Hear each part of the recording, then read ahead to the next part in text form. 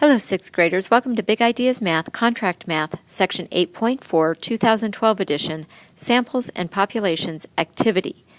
Pause while you write Section 8.4, 2012 edition activity in your math notebook.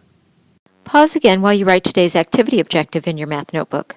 Today's objective is understand surveys and how they are used to describe a general population. Copy the following key terms, definitions, and examples exactly as they appear into your notebook. A population is an entire group of people or objects. All of the students in a school are a population. All of the students in a class are a sample of that population. Sample is a part of a population. Today we'll be beginning on page 201 in your Record and Practice Journal. Interpreting a survey.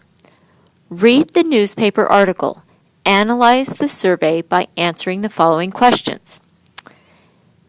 The article says text messaging survey results. A survey reports that almost 1/3 of teens and young adults believe that their text messaging plans are restrictive. About 40% say their plans lead to higher cell phone bills. According to those participating in the survey, the average number of text messages sent per day is between 6 and 7. The majority of survey participants say they would send more text messages if their cell phone plans were not as restrictive.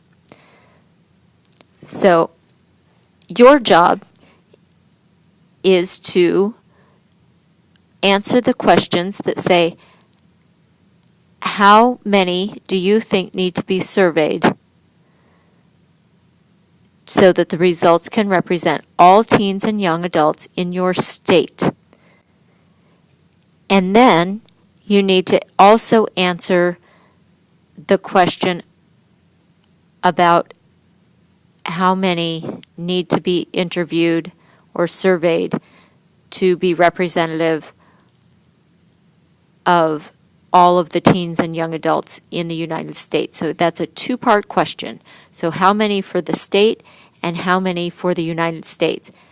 Don't just give me two numbers. You also need to explain your reasoning. And then letter B says outline the newspaper article. List all of the important points. This is a very short article. It's only 3 paragraphs. So just list the important points in each paragraph. Letter C we're going to do together in class, so you need to have done letters A and B in order to be ready to do letter C. Your assignment for this lesson is to complete letters A and B of Activity 1 on page 201 in your Record and Practice Journal. Be prepared to share during our next class. Please remember to earn credit for viewing this flipped lesson. You must complete your exit slip, come to our next class prepared with the journal pages or other work from the flipped lesson completed, and be prepared with any work that was assigned in the flipped lesson completed. Be prepared with any questions you have for the teacher, and always have a good attitude. We'll see you next time in class.